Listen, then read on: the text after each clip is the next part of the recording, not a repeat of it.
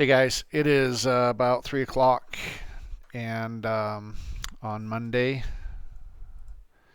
March 30th. Sorry this got a little bit late out to you, but you'll have the whole week to kind of review this video.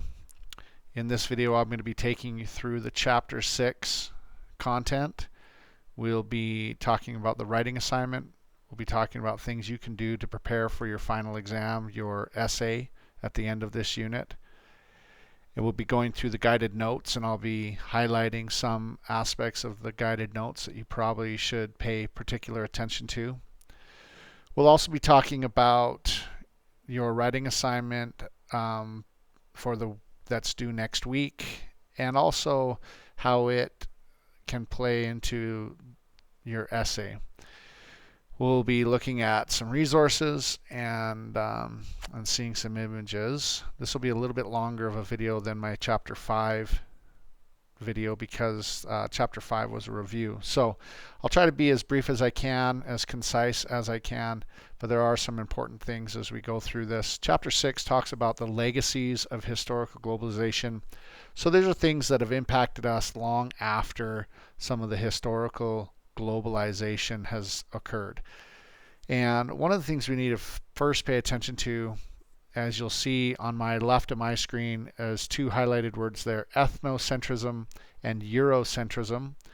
Ethnocentrism is when we judge others according to our own beliefs or views, customs, and traditions. So these two cartoons are silly and obviously not serious, but they do highlight some of the very real aspects of ethnocentrism.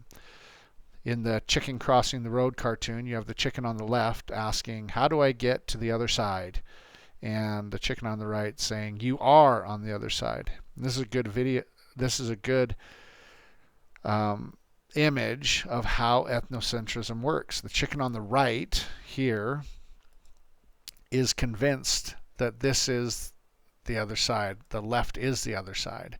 And a lot of times when we talk about ethnocentrism, we talk about us versus them. And almost always we or us are right and they or them are wrong.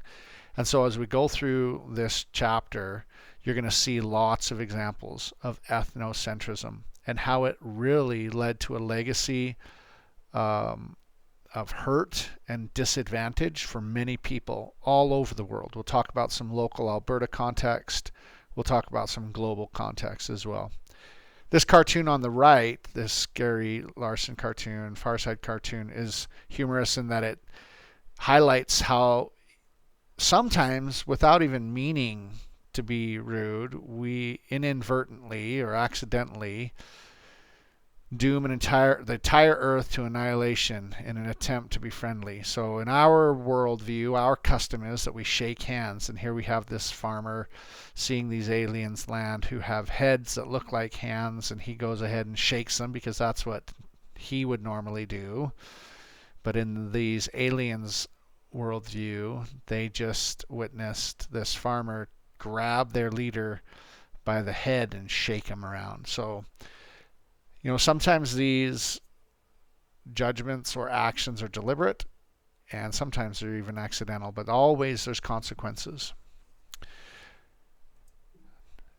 When we get further into the slides, we now learn this word, Eurocentrism. And this is a form of ethnocentrism that uses European ethnic, national, religious, and linguistic criteria to judge other people. So for the vast majority of world history up until maybe the 20th century, Europeans have been the dominating empires. And so here we have a picture of Britain on the left and France on the right, carving up the world. And for you to understand Eurocentrism, you have to understand that this form of ethnocentrism now takes a step further, and not only does it say what I believe and my traditions are right and yours are wrong, but now it takes it a step further and says now this entire culture, European beliefs, European religion, European languages are better than everybody else. And we're going to see how that plays out as we go through these slides. In this next slide, you can see one of the key, or a few of the key images here. You have these noble white people on the left here, with the banner of civilization, fighting against and even to the point of stepping on these down here, barbarism on the right, and oftentimes European dominance and Eurocentrism was fueled by a sense of righteous destiny, this divine mandate. We've talked about it before. And so if I were you, I would put over here in my column over here somewhere something about divine mandate. You probably should go look that up. Divine mandate is this idea that white Europeans had a God-given destiny, not only a destiny, but a duty to subdue other nationalities, particularly those that were a different color or a different religion. And one of the ways they did that is by creating empires. And so around 1900, you see a lot of empires. And this is leading up to 1900. You'll see lots of different colors on this map. And they represent different European empires. And you can see British, those brown empires. You know, Canada was at one point part of the British Empire, down into southern Africa, down here. We have India was a big time British Empire, Australia, things like that. And so the way maps look matter, and the time at which you look at a map matters too. This map will look very different, 50 years later, and then 100 years later it'll look even more different.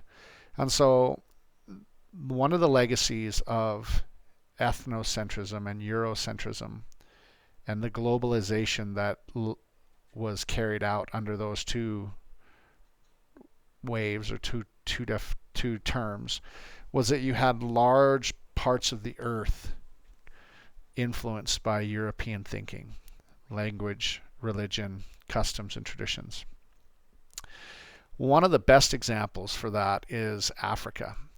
And so Africa is a good example because it is so starkly different in that the religion, the color of people's skins, the traditions, the histories are very different than Europe's. And Europe had a huge influence in Africa. You'll notice the picture on the left here on the slides, this image has all these different European names: French, West Africa; Angola, German, South Africa. Different places like Spain had Italian Somaliland and French Somaliland, British Somaliland. Anglo is another word for British, Anglo-Egyptian. So anytime you see that word Anglo, that's British. And they had basically sat in a convention and quite literally just met together and decided who was going to take over which part.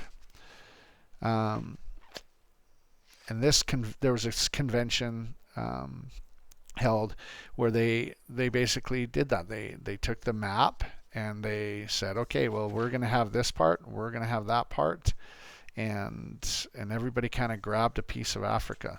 And one of the reasons they wanted Africa was because of the vast resources there. Ivory, rubber were particularly desired. And about this time, the automobile was beginning to become more and more, a little more popular, but bicycles were everywhere, and they needed rubber for wheels and bicycles. And so they carved up Africa to get into some of those rubber trees and to get into the ivory. Now, when we talk about Africa, we talk about these resources. For example, the diamonds are also a big resource, and this is Queen Victoria, and just one of these diamonds was worth $460 million. And so for Europeans, Africa was a was quite literally a gold and diamond mine, as well as a lumber mine, a slave mine, a rubber mine, ivory mine. So this is a big one. It will be on the test. You should definitely understand Scramble for Africa. About page 140 in your textbook, it talks about it. Read a little bit about that. And as we look for a more specific example about Africa and how it became carved up, King Leopold is the best example. So in your notebooks on page 13, we've got some interesting information.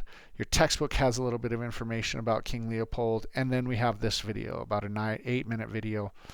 And you're being asked to do a writing assignment about this not because King Leopold is the most important topic, but because King Leopold and the Congo Free State represent a classic symbol of how Europeans dealt with other people around the world, particularly those that were a different color or a different skin and a different religion. So King Leopold was he was the king of Belgium. Belgium is a landlocked country in Europe, and he had nowhere else to grow. He knew he needed more resources if he was going to make Belgium a more powerful country. And the video does a really good job of going through how he eventually tricked the rest of the world into getting Congo. But basically, he, through some political maneuvering and lies and false reports, he was able to take control of the Congo. And he started harvesting these resources, rubber and ivory. And out of that, and Belgium became very, very wealthy. And the people in the Congo were treated brutally. The video goes through this quite well. The soldiers that were in charge of these workers, had pretty much unlimited brutal freedom. They could kill anyone they wanted. One of the resources that the Belgian government wanted to track was the number of bullets, though. So they actually had to, every time you killed a worker, a Congolese person, that's what people from the Congo are called, Congolese. Every time you killed someone, a Congolese worker, you had to cut off a hand to prove that you didn't waste the bullet shooting lions or game or food or just for fun. And so they were monitoring the consumption of bullets by chopping off hands. And this led to some pretty gruesome battles between villages, where one village would go attack another village, chop off a bunch of hands so that they could give them to these Europeans and say, look, don't cut off my hand. Here, you can throw this hand to your leaders, proof that you didn't kill a tiger, or you didn't go shooting monkeys or something like that. So anyway, it was pretty intense. Leopold is a pretty horrible person. The leaders in countries, he never lived in the Congo, but the leaders in the country that carried out his rule and his laws, just as brutal, just as gruesome. And that is one of the reasons why it's a fantastic symbol. And you could find this same thing over and over again, where foreigners come in, Europeans come in, they suppress the indigenous people, begin extracting resources until there are no more people or no more resources, and then they leave. And that's exactly what happened in Congo. Eventually, the rest of the world caught wind of this and they shut him down. This is a picture of King Leopold later in his life during the rule of the Congo Free State. And this is a picture of some of the Congolese workers that were brutalized and had hands chopped off because they didn't meet a quota, they didn't have enough rubber production, or maybe they just simply were at the wrong place at the wrong time.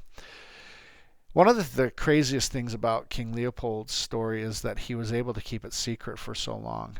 And he did that by limiting who could come into the country. He was very pessimistic, very paranoid, and he controlled what was being written about them. But eventually he couldn't keep that secret forever, and many outsiders started visiting the Congolese people, the Congo basin, the river, and seeing some of these brutal actions. One of those writers ended up being Mark Twain, and he wrote this really interesting document called King Leopold's Soliloquy. And this is a satirical book, so it's in making fun of Leopold.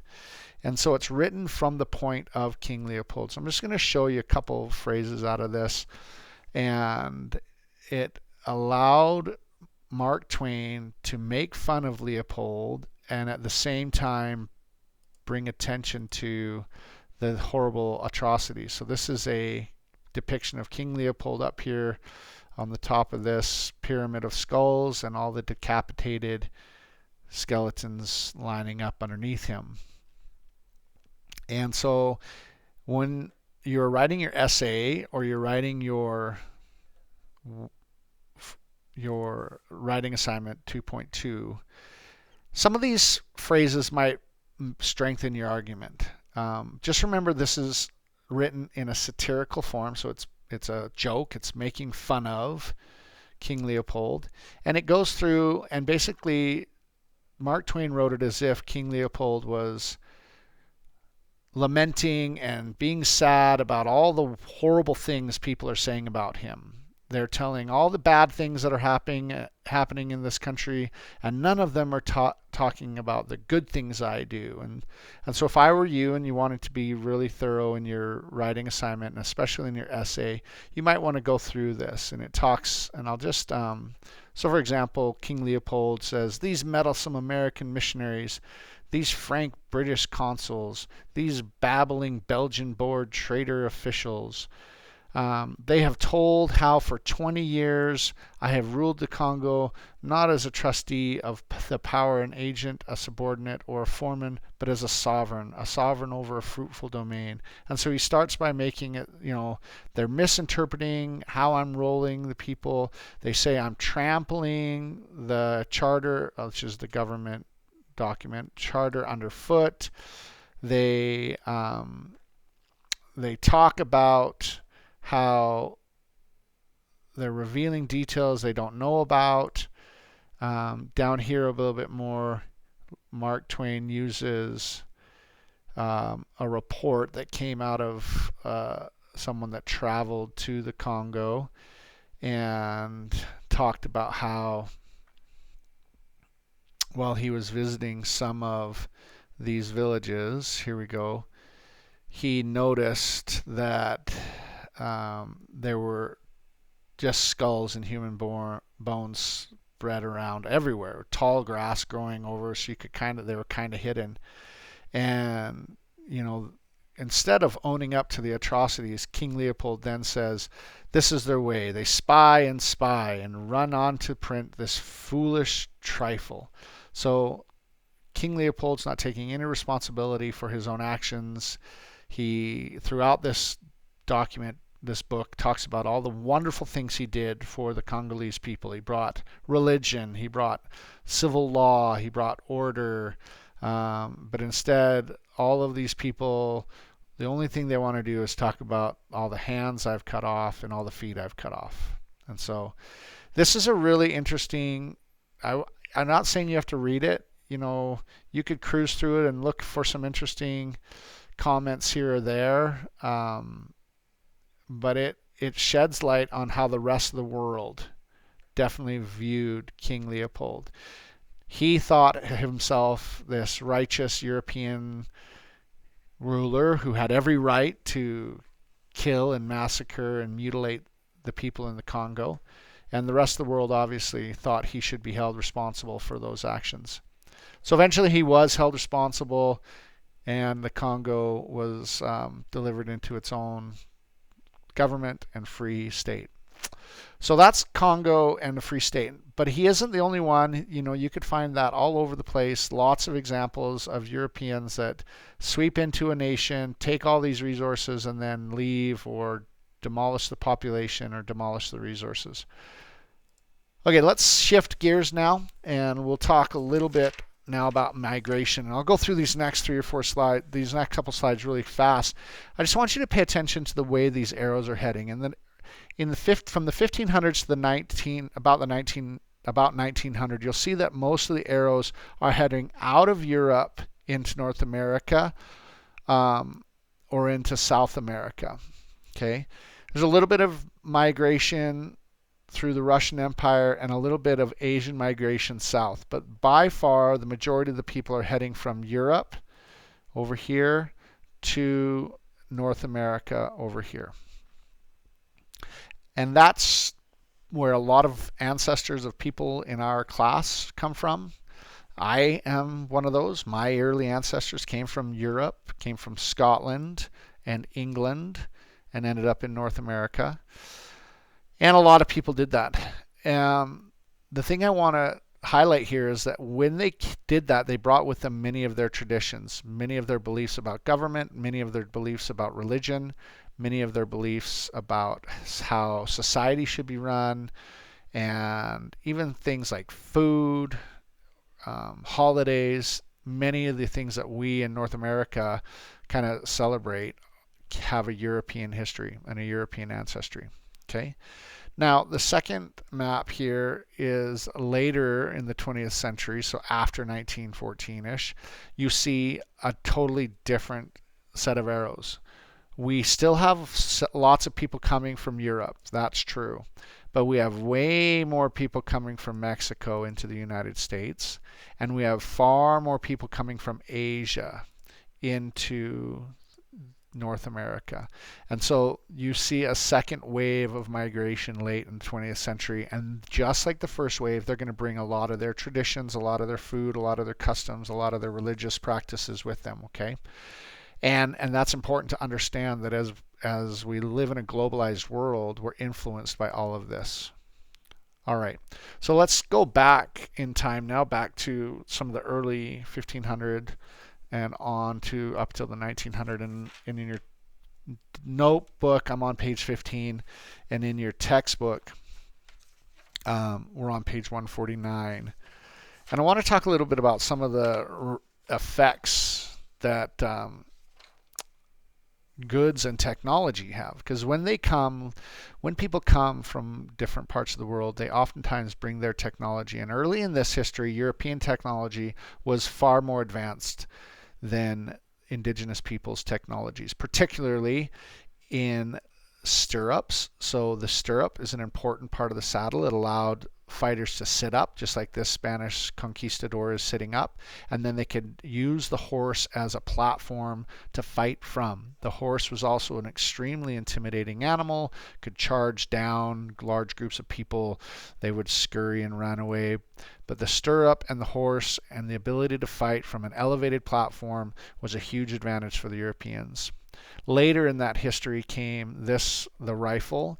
And when we talk about resources in Alberta, the indigenous peoples of Alberta suffered greatly because of the introduction of the rifle.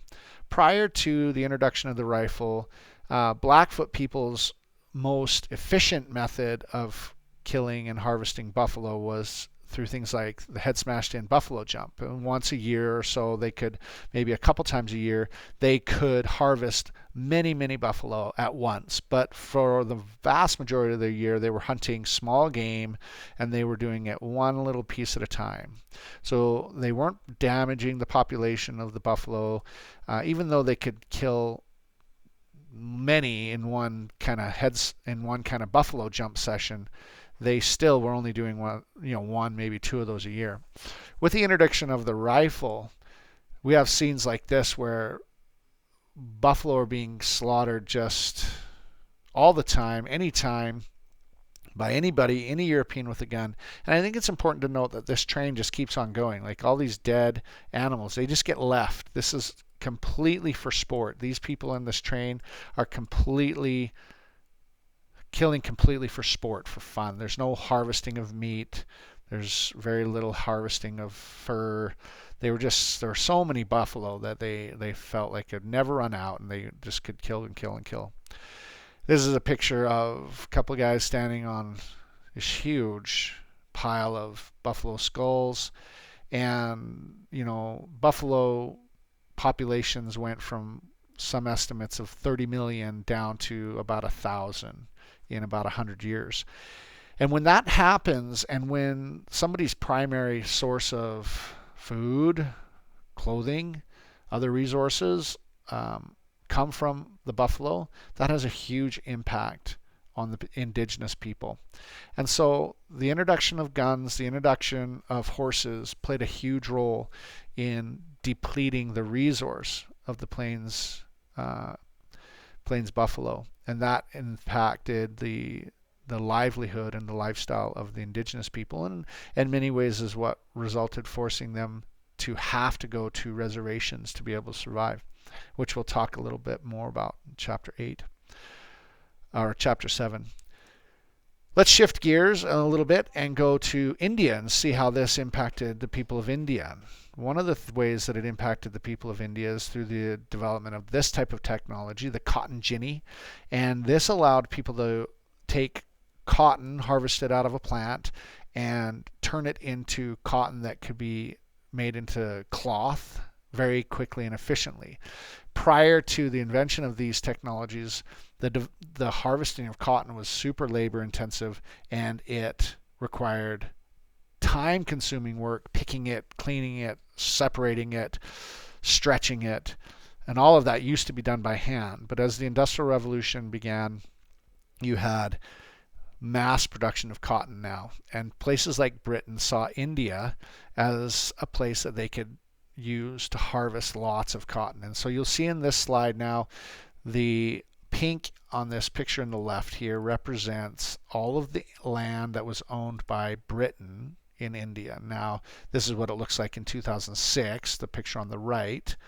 But in 1858, it was very much the best places were owned by Britain and controlled by the British. And so one of the most important people that led to the change of this empire and the freeing of the Indian people was Mahatma Gandhi. And Mahatma Gandhi led peaceable resistance. He was trained in England as a lawyer, and he believed that India could produce their own cotton and that this would bring the British Empire to its knees. He also had the similar tactic to use to have Indian people make their own salt. At this time, British companies owned 100% of the salt production. And so he would encourage people to harvest their own cotton, make their own cloth. Homespun is what it was called. And then he also encouraged people along the ocean to harvest and make their own salt.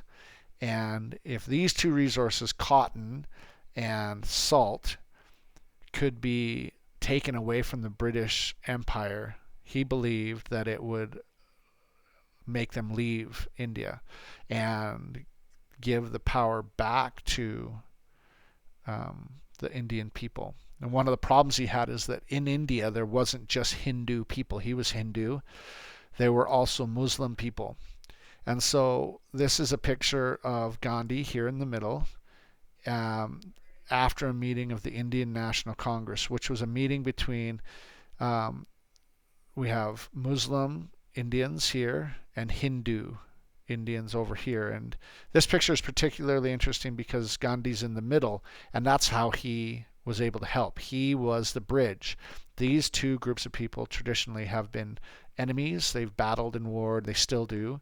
But Gandhi was this bridge, and he allowed for conversations to take place between Muslim Indians and Hindu Indians. It eventually led to the establishment of an Indian free state and a Pakistani free state. So two different countries, India and Pakistan. And the legacy of British rule there was turned around because people like Gandhi and the others of the Indian National Congress were able to put aside their differences, and they were able to have peaceable conversations. All of that doesn't happen overnight, and certainly without a lot of bloodshed. There was a lot. Gandhi, he went through fasting, multi-week fasts to help people, to encourage them to be nice to each other. Lots of conflict. And what I would do is just quickly read over these pages on page 19, this kind of information, and then the textbook. so that you get an idea of how, well, we skipped way forward, of how historically British empires then led to people having quite a conflict within their own nations as they sought to try to free themselves and to govern themselves. And so as we think about this chapter, some of the most important aspects are this, just to summarize. Throughout world history, those that have technology and those that have advantages have oftentimes been brutal towards indigenous people. They harvest resources, kill people, demolish populations, and inflict their own ethnocentric worldview, or even, and most times it's a Eurocentric worldview. And we're the same. There's a reason why we speak French and English in Canada. It's because French and British soldiers were more powerful and stronger and could kill more and were more brutal or whatever, or had more soldiers than indigenous peoples. And for better or for worse, that's the situation we find ourselves in today. Our job now is, in 2020, is to heal those old wounds, move forward, and try to live in a world that is now globalized, and understand and appreciate the legacy that is given to us and the impact some of these early conflicts had. There's still mistrust, there's still racism, there's still unfair wealth distribution, and people of different ethnic minorities are still treated poorly. And those are all kind of tied to a long history, in many cases a long history. And so as you get ready to do your writing and finish chapter 6, just remember that there is something to be said about the impact of these historical events. As always, guys, I hope you email me any questions. The textbook, of course, is an excellent place. This is what chapter 6, I went through this. There's lots of references to page numbers in here. And then just as a final note, don't forget to be logging in frequently and looking for information here to help explain some of the assignments. The King Leopold writing assignment is due on April 8th. And you can click up here in the right hand corner of your screen. That'll create the doc. And I think I've had somebody, just ignore that it says Times New Roman. I'm going to go in there and fix that actually. It should say, so here's what I need to do. So going in here, I'll edit those out. It'll say Arial. It is Arial. It doesn't really matter to me, but it allows you to be less confused. So just click up in those corners. That'll create your document for you. And don't forget to write your journal entries based on CNN 10. And take care. Get some exercise. Get up. Get walking around where you can. Email me your questions. And have an awesome day, guys.